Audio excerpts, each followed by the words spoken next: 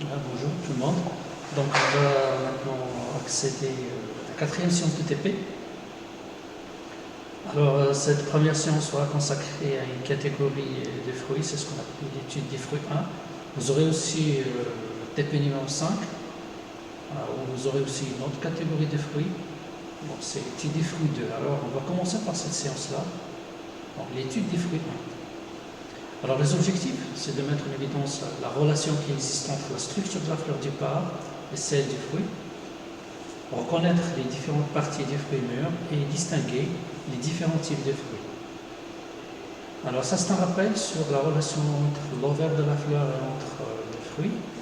Alors là vous avez un gynécée, vous avez l'ovaire, c'est la partie basale avec un ovule, vous avez un petit style et vous avez bien sûr votre stigmate. Alors sur le plan anatomique, votre ovaire est formé par trois parties, l'épiderme interne, le parenchyme interne et l'épiderme externe. Et bien sûr, vous avez votre ovule qui est là, qui est une placentation basale en fait. Alors après fécondation, l'épiderme interne va vous donner l'endocarpe, le parenchyme interne vous donne le mésocarpe et l'épiderme externe va vous donner l'épicarpe. Le tout, épicarpe, mésocarpe, endocarpe forme le péricarpe. Et en même temps, l'ovule se transforme en graine. Alors, pour les fruits, alors si on commence par les... on va voir maintenant les fruits simples. Alors pour les fruits simples, vous avez différentes catégories. Les fruits secs indéhiscents, ce sont des fruits secs qui ne s'ouvrent pas, c'est ce qu'on appelle les akènes. De manière générale, alors vous avez là quelques exemples, les glands et les noisettes. Vous avez aussi les akènes chez Ammi Bisnaga, sténobilifère, qui produit comme type de fruit des akènes aussi. Le blé, c'est un cas particulier d'akène qu'on appelle aussi caryopse. C'est la catégorie de fruits qu'on retrouve en général chez les graminées. Alors cet akène particulier qu'on appelle akène, qu'on appelle caryopse, est caractérisé par le fait que le péricarpe de votre fruit est soudé des limons de la graine. D'autres aussi cas particuliers d'akène qui présentent maintenant des ailes, qu'on appelle samars. Alors on peut avoir des samars, on peut avoir aussi ce qu'on appelle des disamars. Maintenant, pour les fruits toujours secs, mais qui s'ouvrent, qu'on appelle des fruits secs déhiscents. Alors, vous avez aussi différentes catégories. La première, ce qu'on appelle follicule. Alors, il est caractérisé par la présence d'un seul carpelle et bien sûr une seule forme de déhiscence. Alors, la forme de déhiscence peut être dorsale, mais peut-être aussi ventrale. C'est ce qu'on appelle la déhiscence loculicide dans le premier cas, et la déhiscence septicide ventrale dans le deuxième cas.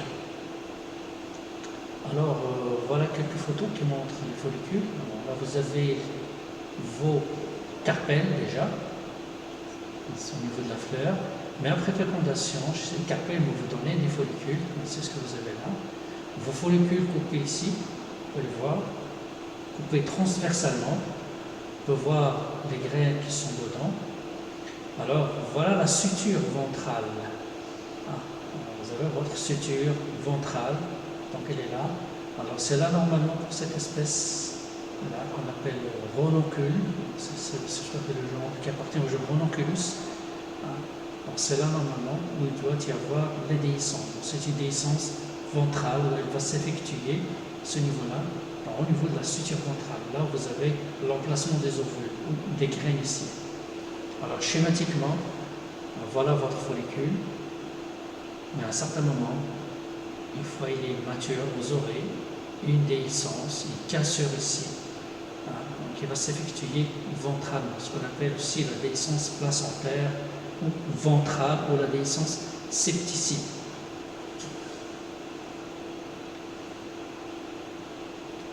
Voilà quelques exemples de follicules aussi. Vous avez l'anis. Vous avez aussi le fruit de laurier rose. C'est un type de fruit qu'on a déjà vu au niveau du cours. chez laurier rose, un Neria molliforme qui appartient à la famille des Apocynaceae. Alors il produit comme type de fruit des follicules. Voilà, vous avez un seul carpelle et qui s'ouvre d'un seul côté.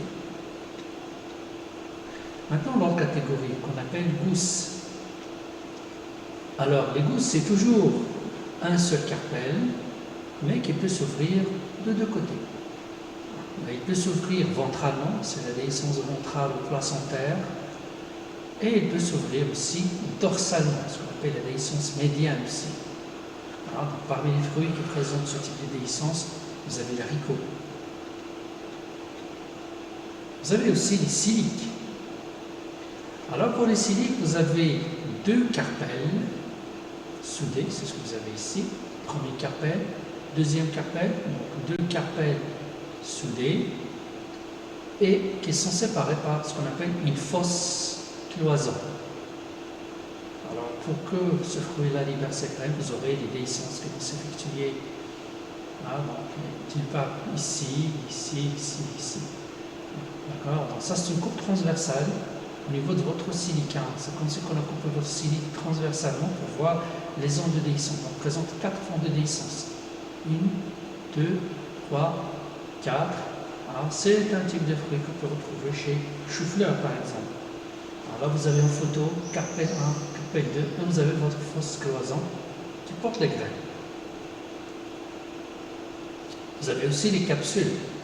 Alors pour les capsules, dans ce cas-là, vous avez 3 carpelles, 2, donc vous avez 3 carpelles plus, le minimum de notre carpelle c'est 3, avec bien sûr plusieurs fonds de déhiscence. Ici vous avez 3 fonds de déhiscence dorsales. Alors voilà, donc vous avez là votre follicule, vous avez là votre capsule. Et vous avez bien sûr ce qu'on appelle les déhiscences. Alors les déhiscences, on peut avoir plusieurs types de déhiscences. Ça, ce sont les déhiscences là sont dorsales. Mais vous pouvez avoir aussi certains types de déhiscences qui se présentent sous forme de pores. Ce qu'on appelle les déhiscences poricides ici. Alors, ce sont des pores qui vont permettre la libération des graines.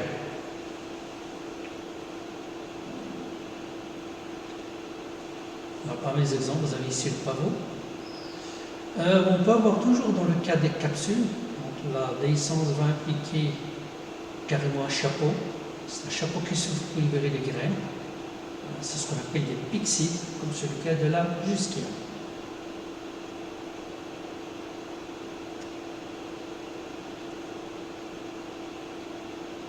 Alors pour les fruits, on va laisser ça à la semaine prochaine pour traiter l'autre type de fruits charnus. Actuellement, on va se contenter uniquement des fruits secs.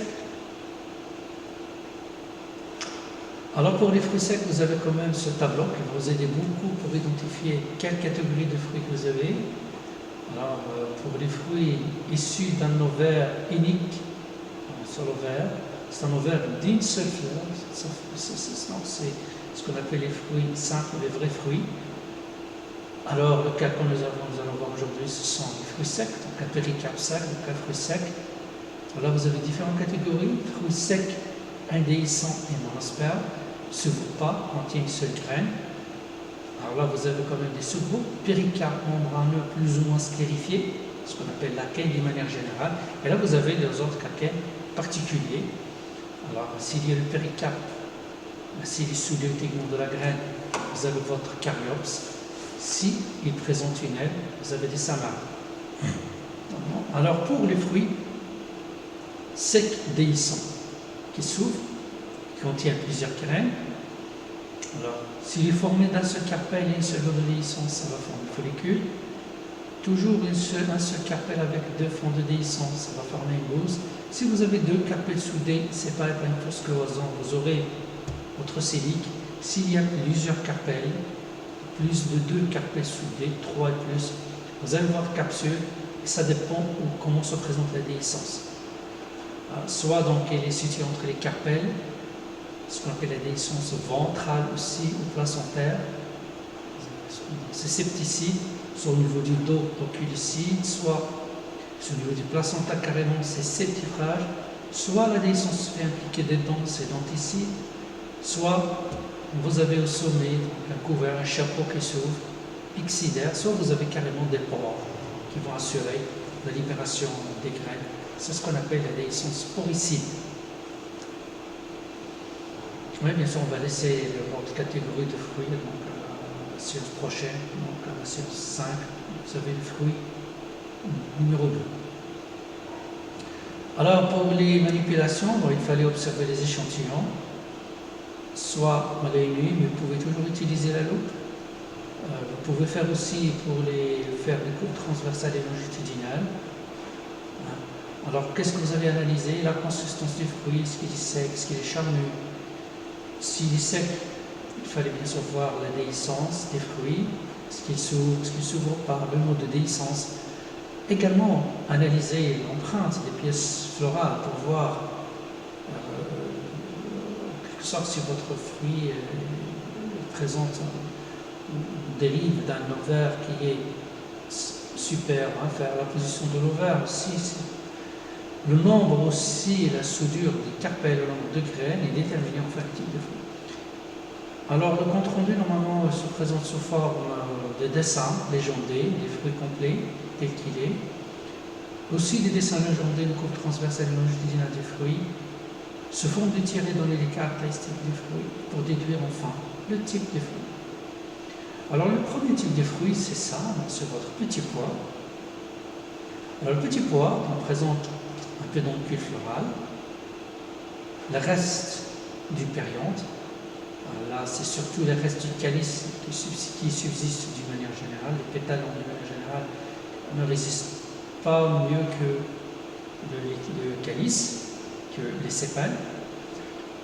On peut voir déjà que les pièces sont situées vers le bas de votre périanthe, et tout ça en fait représente un seul carpelle. Il ne faut pas considérer qu'il s'agit de deux carpelles, non. Il s'agit d'un seul carpelle. Voilà, c'est un seul carpelle ici. C'est ça normalement la chair de votre fruit, la paroi de votre fruit. Voilà, donc, tout ça dérive de l'ovaire, dérive d'un seul carpelle, déjà transformé maintenant en fruit. Donc il est situé vers le haut, donc on peut déduire vraiment qu'il s'agit là d'un ovaire super. Donc votre fruit dérive dans l'ovaire super. Voilà, d'un seul carpelle. Il s'agit de deux valves, on représente un seul carpelle. Les graines, on peut le voir, c'est là où ils sont insérés. C'est là ce qu'on fait la suture placentaire. Votre fruit, donc en maturité, à l'état naturel, bon, il est sec à l'état naturel. Si on le laisse comme ça à l'état naturel, vous allez devenir sec et il va s'ouvrir au niveau de deux régions. Au niveau de cette région-là, ventralement, c'est-à-dire vous aurez une déhiscence ventrale et bien sûr vous aurez votre déhiscence dorsale. Donc, si on résume, il s'agit d'un fruit sec, polysperme, plusieurs graines dedans, dérive d'un seul carpelle, présente deux fentes de déhiscence, ventrale et dorsale. Il s'agit d'un ovaire, il dérive d'un ovaire super, unioculaire, il s'agit d'une seule loge, et les graines, là, qui dérivent des ovules, donc ils ont une placentation pariétale, sur les bords de votre carpelle. Donc, votre type de fruit, il s'agit d'une gousse. Pour le deuxième type de fruit, donc, il dérive d'un arbre, ce qu'on appelle l'arbre bouteille. C'est une plante ornementale qu'on trouve ici, dans la région de Rabat. Alors, que présente ce fruit? Alors, vous avez votre pédoncule floral. Toujours, toute cette structure représente un seul carpelle. Il y a les graines dedans, on peut le voir. Généralement, ils ont couleur jaune orangé. Et ils présentent une déhiscence ici. C'est une déhiscence au niveau de la suture de votre carpelle. C'est une déhiscence ventrale, c'est ce que vous voyez sur votre schéma. Ça, c'est la partie dorsale de votre fruit. Et là, c'est la partie ventrale. Donc la déhiscence s'effectue ici. Alors, quels sont les caractéristiques de ce fruit? C'est un fruit sec aussi, déhiscent, polysperme, dérive d'un seul carpel, présente une seule fente de déhiscence qui est ventrale. L'ovaire là est carrément un ovaire super, uniloculaire, il s'agit d'une seule loge, et la placentation, elle est pariétale. Donc, le type des fruits ici, il s'agit d'un follicule.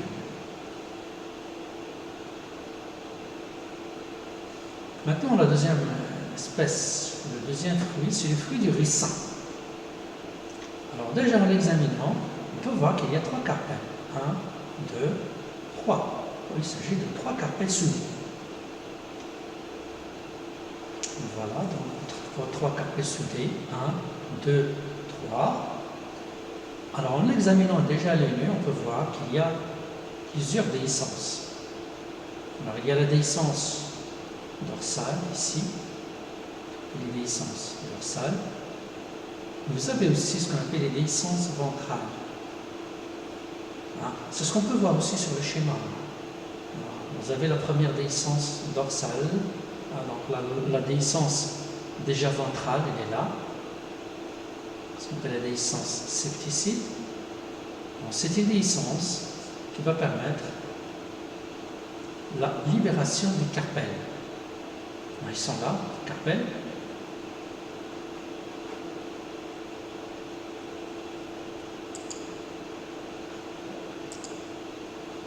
Voilà, donc vous avez l'un des 3 carpels, il est là. Alors votre carpel présente, donc a été, si vous voulez, isolé, il a été libéré suite à la deuxième type de déhiscence, la déhiscence ventrale, qu'on appelle aussi déhiscence septicide. Donc la déhiscence ici, là et là, elle va uniquement provoquer la libération des carpels, c'est ce qu'on a ici.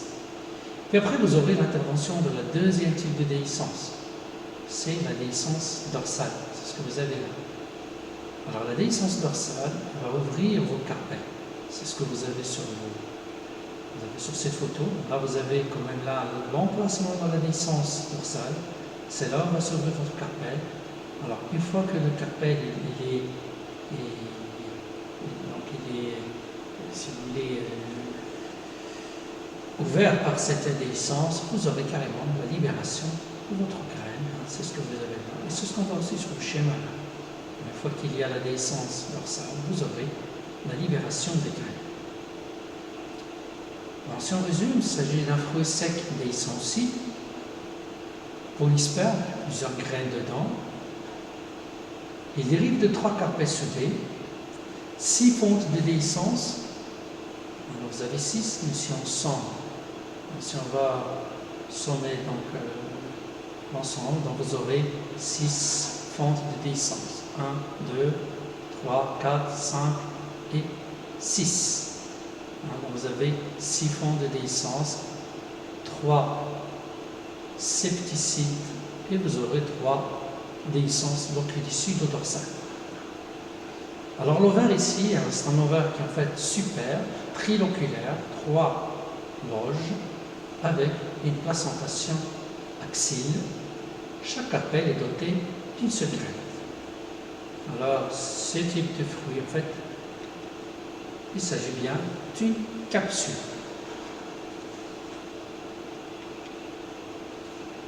Maintenant, chez l'Eucalyptus globulus. Alors, l'Eucalyptus globulus, si on examine le fruit, donc c'est là votre fruit, alors, il présente 4 carpels.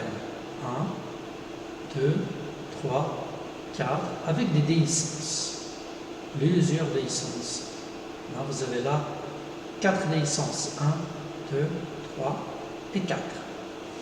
Alors là, l'ovaire, elle est en fait située ici vers le bas. Votre ovaire chez l'Eucalyptus, c'est un ovaire inférieur. Parce que les pièces pétales s'insèrent à ce niveau à peu près. Donc, ils dérivent d'un ovaire inférieur. Ce que vous voyez là, ce sont les étamines. Là, au milieu, vous avez votre gynécée. Voilà, vous avez votre fruit avant déhiscence. À un moment donné, il va s'ouvrir à ce niveau-là. On peut voir déjà l'emplacement des futures déhiscences. Ce sont des cicatrices qui matérialisent l'emplacement de vos déhiscences. Alors, quelles sont les caractéristiques de ce fruit? C'est toujours un fruit sec, sourd. Pour l'isperme, en fait, il y a plusieurs graines dedans. 4 carpelles soudées, 4 formes de déhiscence qui sont faites dorsales. L'ovaire, il est infère, quadriloculare, il y a 4 loges dedans. Si on fait une coupe transversale, il y a 4 loges dedans. La placentation, elle est taxée, il y a plusieurs graines par carpelle. Alors, votre type de fruit, ça aussi, c'est une capsule, donc ça rejoint aussi le fruit du ricin. Là, je mets uniquement le genre Eucalyptus. La majorité des espèces qui appartiennent au genre Eucalyptus présentent aussi un fruit de type capsule. Maintenant, le fruit du tournesol. Si on examine le fruit du tournesol, ça votre fruit de tournesol, votre fruit de tournesol, en fait, dérive de votre inflorescence qui n'est rien d'autre qu'un capitule. Alors, si on va prendre un fruit, si on va l'examiner, en fait, il est formé par 2 valves. Il y en a 2. Vous avez 2 valves normalement, vous avez la première valve, la deuxième valve. Alors, chaque valve, en fait, représente un carpelle. Donc, au total, il y a 2 carpelles et vous avez votre graine qui est dedans. Alors, c'est un fruit, si on le laisse dans la nature, c'est un fruit qui est sec, indéhiscent. C'est un fruit qui ne s'ouvre pas. Alors là aussi, cette partie externe, c'est votre péricarpe sec. Là, vous avez les 3 éléments, épicarpe, mésocarpe, endocarpe, avec une graine qui est libre dedans.